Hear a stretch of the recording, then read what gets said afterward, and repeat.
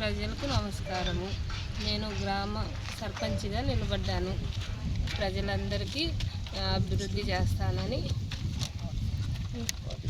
మాటిస్తాను. మా యొక్క గ్రామంకి అభివృద్ధి కోసము తోడ్పడతానని ప్రజలకి విజ్ఞప్తి చేస్తాను. దోమలేడిగ గ్రామ ప్రజలు భారీ మెజారిటీతో ఉంగరం గుర్తుకు ఓటేసి మమ్మల్ని గెలిపించాలని కోరుకుంటున్నాను. ప్రజలకు అందరికీ నమస్కారం. దోమలేడి గ్రామ అభివృద్ధి కోసం మా మిస్సెస్ అయిన దేవిక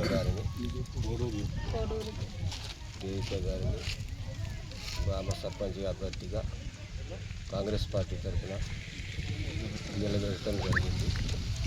గ్రామ ప్రజలందరికీ గ్రామ అభివృద్ధి కోసం ప్రభుత్వ సహకారంతో వచ్చన శ్రీనివాస్ రెడ్డి గారి సహకారం, కాసుల బాధ గారి సహకారంతో, భాస్కర్ రెడ్డి గారి అన్నగారి ఆశీస్సులతో గ్రామాభివృద్ధికి తోడ్పడతానని హామీ ఇస్తున్నాను. ప్రజలందరికీ ప్రభుత్వ హామీలన్నీ నెరవేరుస్తామని, ప్రజలందరికీ చేకూరుస్తామని వాగ్దానం చేస్తున్నాం. మా సర్పంచ్ అభ్యర్థిగా విజిల్ గుర్తు ఉంగరం గుర్తుకి ఓటేసి గెలిపించాలని ప్రజలందరినీ కోరుకుంటున్నాం. నమస్కారం. దోమలేడి గ్రామం తరఫున మా కాంగ్రెస్ పార్టీ తరఫున కోడూరు దేవిక శ్రీధర్ బాబుని మేము అభ్యర్థిగా నిలబెట్టాము.